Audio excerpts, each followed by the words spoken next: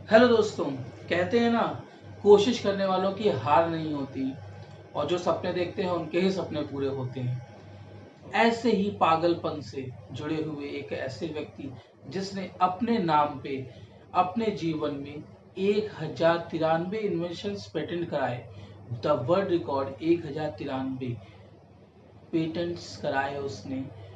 हाँ, आप सही समझ रहे हैं, मैं बात कर रहा हूँ the great scientist inventor Thomas Alva Edison की।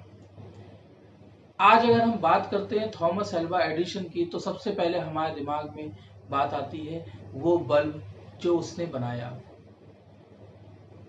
आज मैं आपसे बात कर पा रहा हूं क्योंकि उन्होंने ही कैमरे का भी इन्वेंशन किया। दोस्तों, एक ऐसा व्यक्ति जिसको बचपन में मंदबुद्धि कह करके लोगों ने उसका तिरस्कार किया, जिसे स्कूल से निकाल दिया गया ये कह करके कि वो मंदबुद्धि है, ऐसे व्यक्ति की कहानी मैं आपके पास लेके आया हूँ। पूरी वीडियो को ध्यान से सुनिए और बहुत इंस्पिरेशनल कहानी से जुड़े रहें। दोस्तों, थॉमस एल्वा एडिसन जिन्होंने बचपन से ही अपने बारे में कई इन्वेंशंस खोज करने की कोशिश की, उन्होंने सोचा कि मैं जो वो देखते थे उसे वो इन्वेंट करने की कोशिश करते थे। वो सोचते थे कि वो ये कैसे हो रहा है। इसी से जुड़ी एक कहानी है। जब उन्होंने देखा कि मुर्गी का अंडा, जब मुर्गी अपने अंडे के ऊपर बैठती है और गर्म पा करके वो अंडा अंडे से मुर्गी निकलती है, तो उसने अपने टीचर से पूछा कि मैम ये कैसे होता है। तो मैम ने कहा कि ये उस मुर्गी उसके ऊपर बैठती है और उसे हीट देती है, जिसकी वजह से अंडे से एक किट का जन्म होता है। उसने भी क्या किया, थॉमस ने भी अपने आप को अंडे के ऊपर बैठाया और फलस्वरूप क्या हुआ, अंडा टूट गया और वो गंदे हो गए।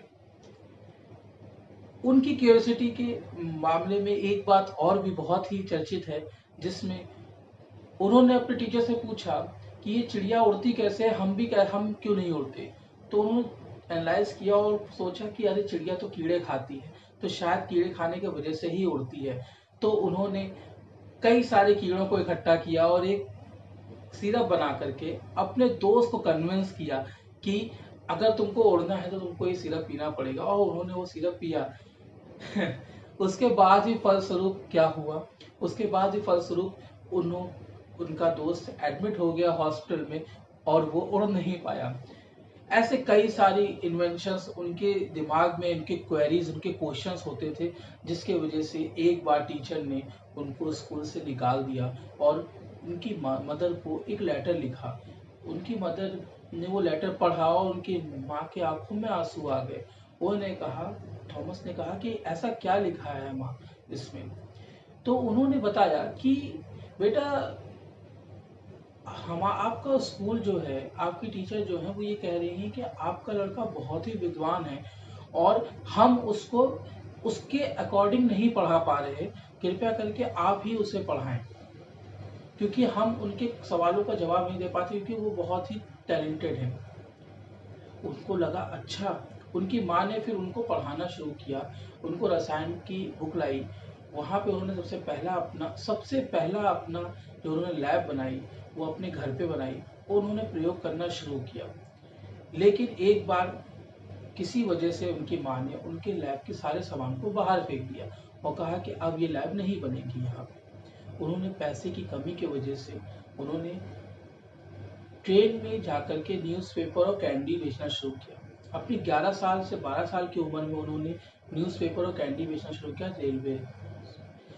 वहाँ पे उन्होंने चोरी से एक डब्बे में, एक कंपार्टमेंट में उन्होंने अपने लैब को इस्टेब्लिश किया और रसायन का टेस्ट करते हुए ही उस एक एक्सीडेंट से उस पूरे कोच में आग लग गई, जिससे कि क्रोधित होकर के रेलवे कलेक्टर ने उनको जोरदार तमाचा मारा और जिससे उनका कान, कहते हैं ऐसा लोग कि जिससे उनको सुनने की शक्ति खत्म हो गई। उन्होंने इस पूरी घटना को, क्योंकि कुछ जगहों पे ऐसा भी मिलता है दोस्तों कि उनको बचपन से ही एक बीमारी थी जिसकी वजह से उनकी सुनने की शक्ति कम थी। लेकिन इतना सब कुछ होने के बाद भी उन्होंने इस विपरीत परिस्थिति को भी अपने तरफ पॉजिटिव करके कहा बड़े प्यार से कि अच्छा है कि मैं सुन नहीं सकता, अब मुझे लोगों की बातें सुननी नहीं पड़ेगी। और उन्होंने अपना खुद का एक न्यूज़पेपर निकाला, उन्होंने इन्वेंशंस करना शुरू किया। हमेशा कहते हैं लोग कि उनके हर इन्वेंशन से पहले वो 500 बार फेल होते थे। जब उन्होंने बल्ब बनाया तो उन्होंने 1000 बार बल्ब बनाने की कोशिश की, लेकिन वो नहीं बना पाए। 1000 बार के बाद उन्होंने बल्ब बनाया तो लोगों ने उनसे पूछा कि ऐसा आप बार बार फेल होते तो आप थकते क्यों नहीं, आप हार क्यों नहीं मान लेते कि आप नहीं बना पाएंगे। तो उन्होंने बहुत ही प्यार से लोगों को जवाब दिया कि मैंने 1000 बार फेल्योर को देखा और मुझे ये पता चल गया कि ये 1000 तरीके तो ऐसे हैं जिससे कि मैं ये बल्ब नहीं बना सकता, अब मुझे कोई और तरीका अपनाना पड़ेगा। दोस्तों, उन्होंने अपनी असफलताओं को हमेशा एक लर्निंग फेज में रखा। उन्होंने लोगों की बातों को नहीं सुना, लोगों के प्रति जो उनके विचार थे, जो लोग उनके बारे में सोचते थे, उनको उन्होंने गौर नहीं किया। अपने ही धुन में, अपने ही जुनून में उन्होंने अपनी लैब बनाई, अपने दोस्तों के साथ मिलकर के लैब बनाई और अपने पूरे जीवन काल में 1093 इन्वेंशंस को पेटेंट कराया, जिसमें एक गिनीज बुक ऑफ रिकॉर्ड बना। दोस्तों, मेहनत करने वालों की हार नहीं होती, उन्होंने ये साबित कर दिया अपनी मेहनत से। हर असफलता हमें कुछ सीख दे जाती है, उन्होंने साबित कर दिया अपनी मेहनत से। बहुत ही इंस्पिरेशनल स्टोरी है उनकी। उन्होंने अपनी लाइफ में बहुत कुछ सहा है, लेकिन उन्होंने कभी भी जिंदगी में अपनी हार नहीं मानी और जो जुनून और जो सपना उन्होंने देखा उसे अपने पार करने की कोशिश की। जब उन्होंने वो लेटर जो उनको स्कूल से मिला था, एक बार जब पूरी लैब उनकी एस्टेब्लिश हो गई, वो बहुत बड़े वैज्ञानिक बन गए, उसके बाद उन्होंने जब वो लेटर एक बार पढ़ा तो उसमें लिखा था कि मैं आपके बच्चे के क्वेश्चंस का जवाब नहीं दे सकती, वो एक मंद बुद्धि बालक है, वो कंफ्यूज्ड स्टूडेंट है, हमारा स्कूल से पढ़ाएगा नहीं आगे और उसे निकाला जा रहा है। लेकिन उसकी मदर ने उनको एक इस चीज को ना बताते हुए उनको अलग स्टोरी बताई और पॉजिटिव मोटिवेशन दिया। जब हमें कोई पॉजिटिव मोटिवेशन मिलता है तो हम अपनी गलतियों को सुधारने की कोशिश करते हैं और हम जीवन में आगे बढ़ते हैं, सक्सेस को पाते हैं। आज हर व्यक्ति उनको जानता है, उनकी सफलताओं को समझता है।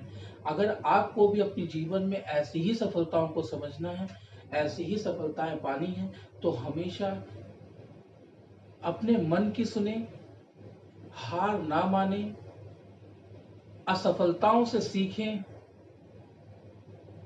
और जीवन में हमेशा सफलताओं को पाएं। दोस्तों, इसी के साथ मैं अलविदा लेता हूं। Thank you for listening guys.